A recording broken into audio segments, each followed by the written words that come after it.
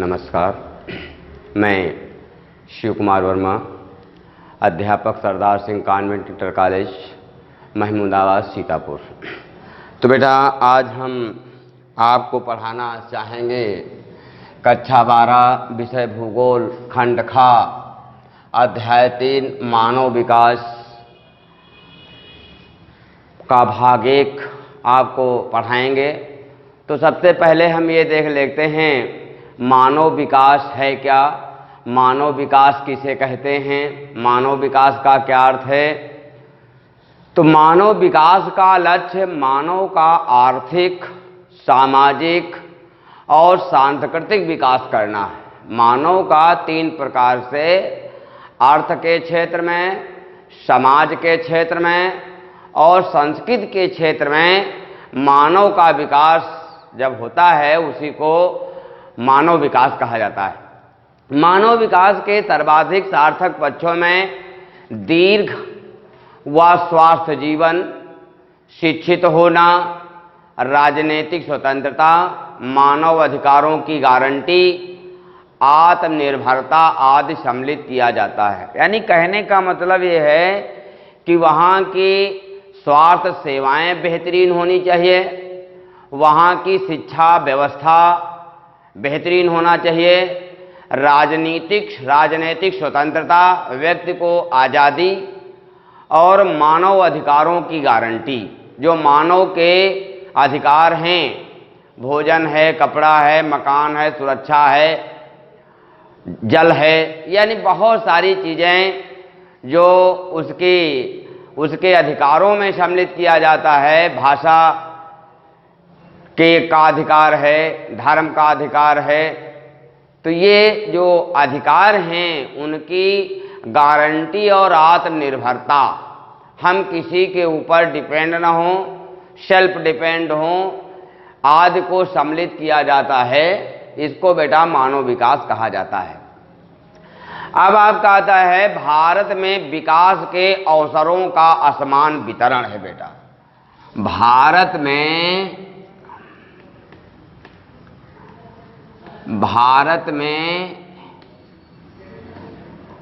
विकास के असमान वितरण, बाद में विकास के अवसरों का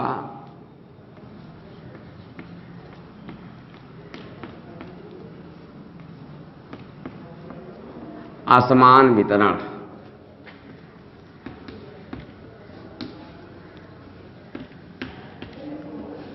बेटा देखें, हमारा भारत देश ऐसा देश है, यहाँ पर जो विकास के अवसर हैं वह एक समान नहीं है। कहीं पर अधिक, कहीं पर कम, कहीं पर बहुत कम। तो भारत में विकास के अवसरों का समान वितरण नहीं है बेटा। जैसे आप देखें बेटा, नगरों में रहने वाले कुछ जनसंख्या का ऐसा भाग है जिसको अनेकों प्रकार की सुख सुविधाएं प्रदान की जा रही हैं। चाहे बेटा पेयजल की व्यवस्था हो, चाहे शिक्षा की व्यवस्था हो, चाहे स्वास्थ्य की व्यवस्था हो, यानी जो भी व्यवस्थाएं हैं वह ज़्यादातर जो महानगरों में जो मुट्ठी भर लोग निवास कर रहे हैं उनके लिए काफ़ी व्यवस्थाएं जो है भारत में विद्यमान हैं।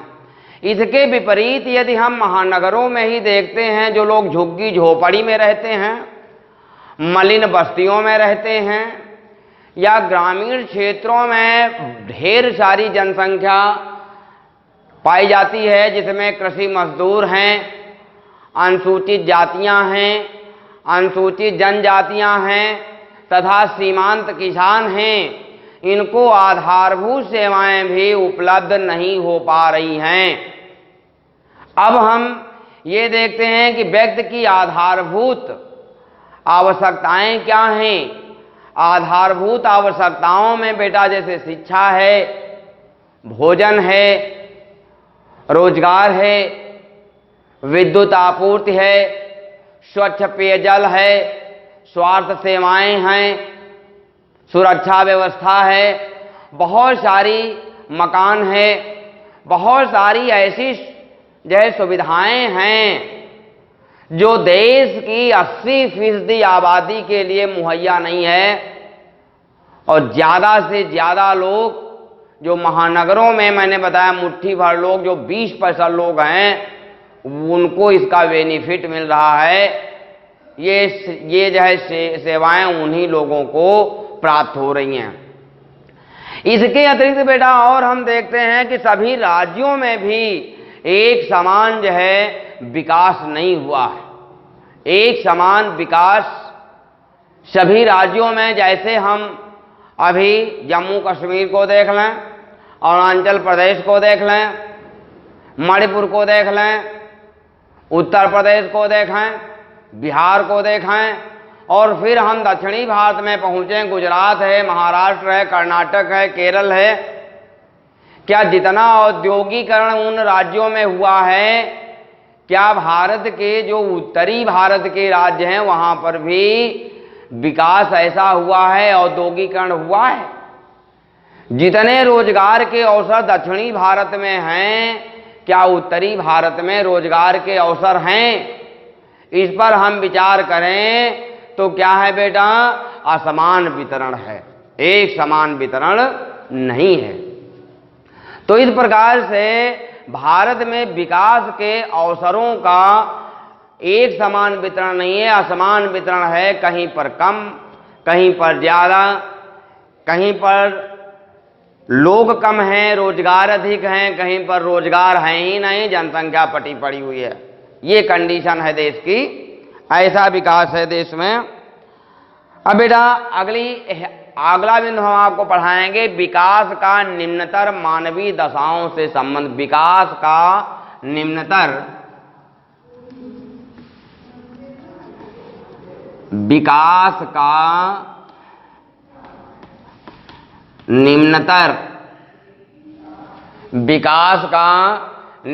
मानवीय दशाओं से संबंध।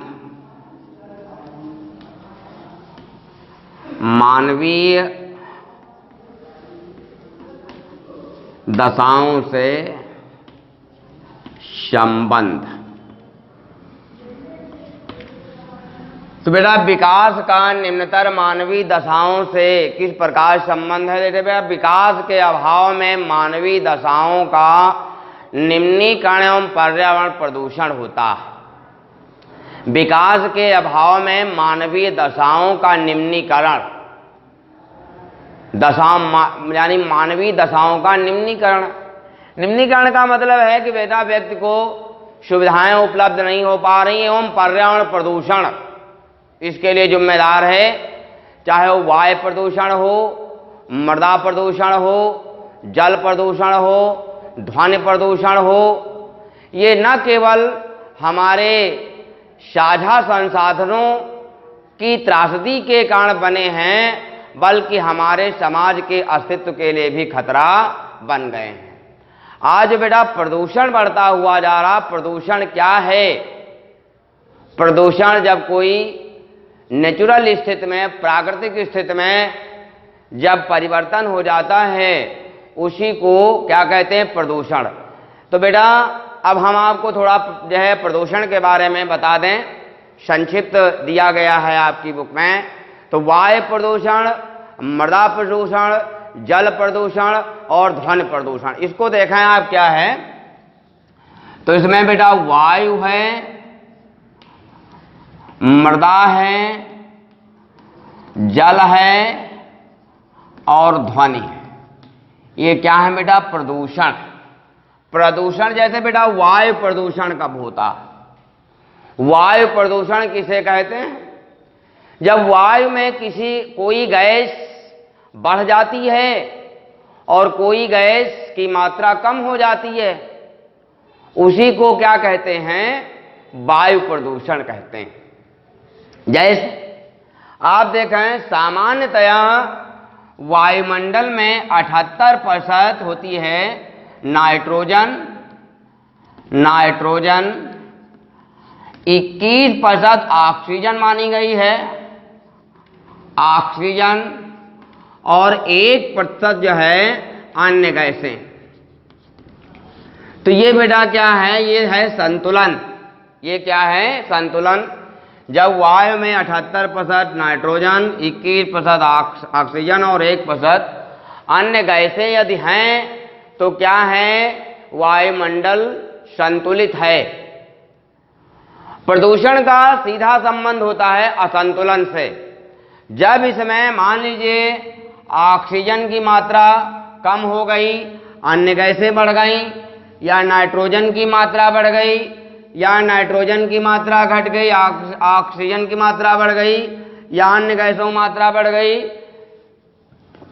जब इसमें परिवर्तन होता है उसी को, तो जब जो है परिवर्तन होगा, जब कोई गैस घट जाएगी बढ़ जाएगी तो क्या हो जाएगा, असंतुलन हो जाएगा, है ना। क्या होगा, असंतुलन।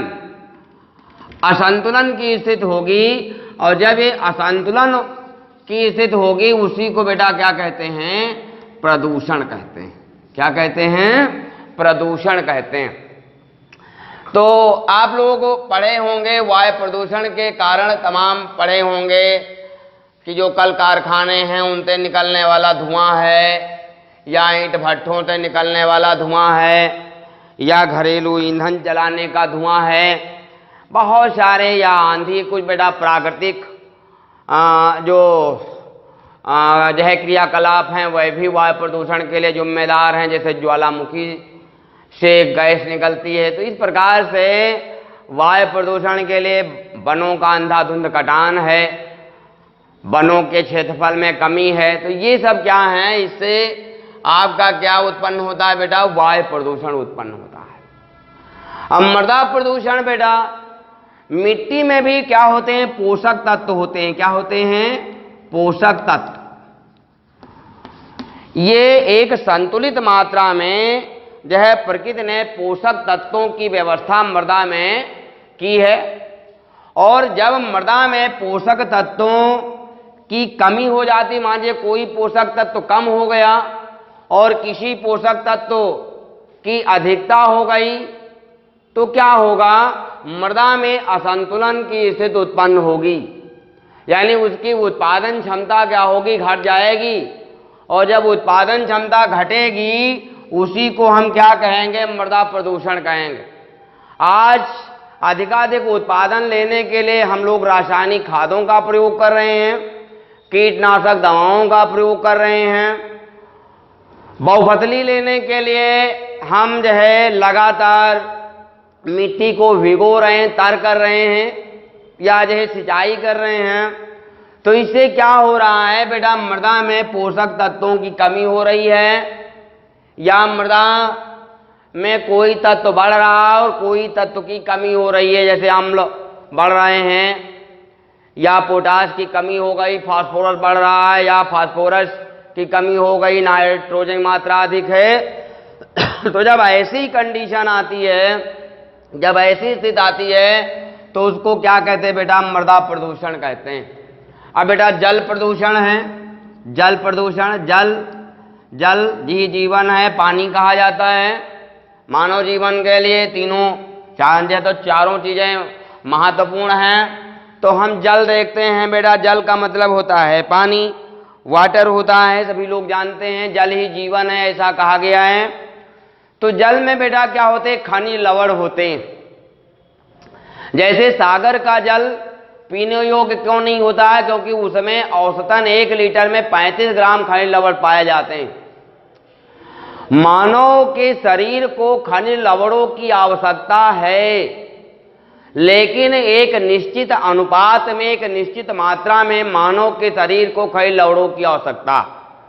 यदि जल में खनिज लवणों की मात्रा बढ़ जाती है, या उसमें खारापन बढ़ जाता है, या जल गंदा हो जाता है, तो वह जल क्या होता है, प्रदूषित माना जाता है। उस जल में असंतुलन की स्थिति उत्पन्न हो जाती, क्योंकि कहा गया है कि वैसे तो धरातल के 71% भूभाग पर जल फैला हुआ है, लेकिन पीने योग्य जो जल है भारत में या संपूर्ण विश्व में वो बहुत ही कम है। इसलिए हम इसको वेस्ट न करें, संक्षेप में मैं आपको बताना चाहूंगा कि जल किन कारणों से जो है प्रदूषित होता है। घरों से निकला हुआ कूड़ा कचरा, मल है, या जो हम जो है तो कपड़े साफ वाले डिटर्जेंट आपके जो मतलब पाउडर हैं, इनसे इनके जो अवशेष पहुंचते हैं। खेती में हम अनेकों प्रकार के जो है रसायनों का जो है प्रयोग करते हैं, रासायनिक खादों का प्रयोग करते हैं। कारखानों से निकलने वाले जो अवशिष्ट पदार्थ हैं वह नदियों में, नालों में छोड़ दिए जाते हैं। इससे बड़े पैमाने पर जल जो है प्रदूषित होता है। और जब हम उसी जल का पान कर लेते हैं, पी लेते हैं अपने जो है तो दैनिक जीवन में जब हम उसका जो है प्रयोग करते हैं, अनेकों प्रकार की बीमारियों से हमें जो है सामना करना पड़ रहा है। जैसे हैजा है, पेचिस है, तो इस प्रकार की जो अनेकों प्रकार की बीमारियां उत्पन्न हो रही हैं, आज वो जल जो है प्रदूषण के कारण उत्पन्न हो रही हैं। नेक्स्ट बिंदु बेटा आता है आपका ध्वनि प्रदूषण, नॉइज प्रदूषण। ध्वनि प्रदूषण क्या है बेटा? देखिए, प्रत्येक व्यक्ति के कानों की एक क्षमता होती है ये तो सुनने की, क्योंकि ध्वनि जो होती है वो जो है यानी उसका एक मात्रक होता है डिसिबल, तो वो उसको जो है ध्वनि को हम डिसिबल में मापते हैं। समस्या इस बात की है कि हमारे कानों की एक क्षमता होती है आवाज को ग्रहण करने की या खींचने की। जब उस मात्रा से, उस अनुपात से आवाज बहुत धीमा है तो हमारे कानों को ज्यादा ताकत लगानी पड़ती है। और यदि क्या है कि हमारे कानों की क्षमता से आवाज बहुत तेज है तो क्या होगा कि वहां आवाज में असंतुलन की स्थिति उत्पन्न होगी। जैसे कोई जो है आपका डीजे बज रहा है, या वायुयान उड़ रहा है, या कोई गाड़ी आपके पास से निकल रही है, मोटर वाहन हो या ट्रेन हो, हॉर्न बजाता है, तो हमारे कानों को क्या होती है, तकलीफ होती है। उसको क्या कहते हैं? ध्वनि पॉल्यूशन कहते हैं, ध्वनि प्रदूषण कहते हैं, है ना, नॉइज पॉल्यूशन यानी ध्वनि प्रदूषण। तो कहने का तात्पर्य है कि इससे नुकसान क्या है बेटा? इससे नुकसान है कि जो बहरापन हो रहा है, जो चिड़चिड़ापन आ रहा है जो है तो लोगों में, बहुत सारी मस्तिष्क की बीमारियां जो हैं ये सब ध्वनि प्रदूषण से उत्पन्न हो रही हैं। तो ये चीजें हमारे लिए बहुत नुकसानदायक हैं और ये विकास के निम्नतर स्तर को जो है ला रही हैं। जो ये बेटा प्रदूषण है, चाहे वो वायु प्रदूषण हो या जो है मृदा हो या जल हो या ध्वनि प्रदूषण हो, तो विकास को रोक रही हैं, विकास को आगे बढ़ने नहीं दे रही हैं। अगला बिंदु बेटा हम आपको पढ़ाएंगे भारत में विकास की स्थिति। अगला बिंदु आपको पढ़ाया जाएगा भारत में विकास की स्थिति।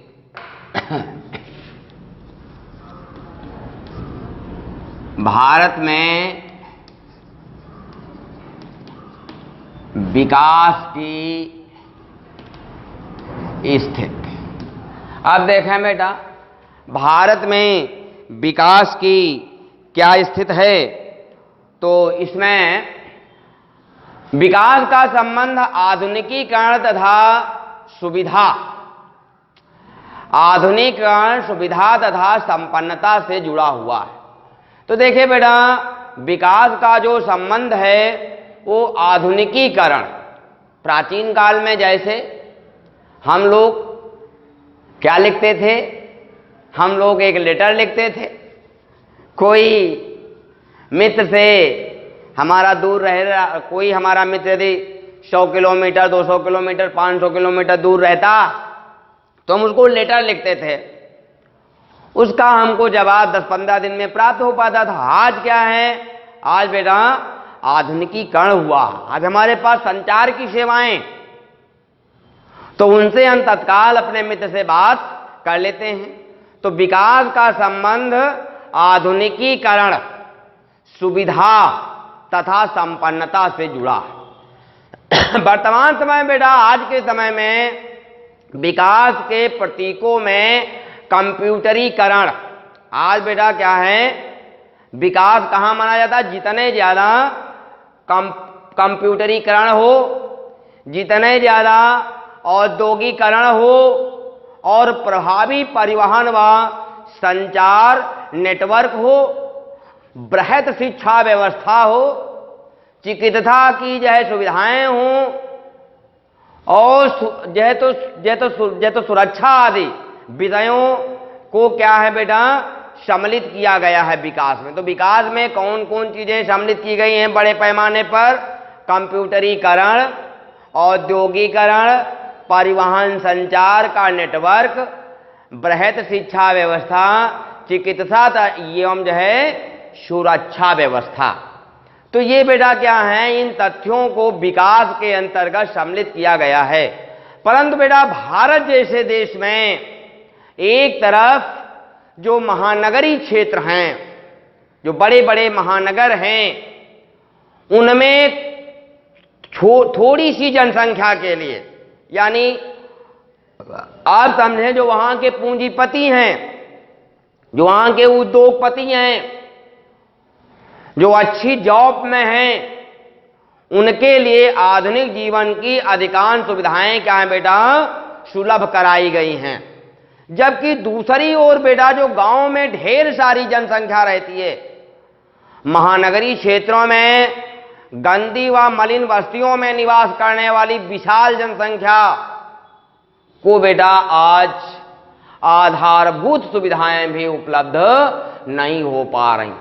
यानी कहने का तात्पर्य यह है कि आज हम देखते हैं कि भारत में जो स्वतंत्रता के बाद विकास हुआ है, वो विकास केवल और केवल 20-25% जनसंख्या के लिए हुआ है और बाकी जो हमारी 78 से 80% जो जनसंख्या है, आज भी वो विकास का पूर्ण लाभ नहीं ले पा रही है बेटा।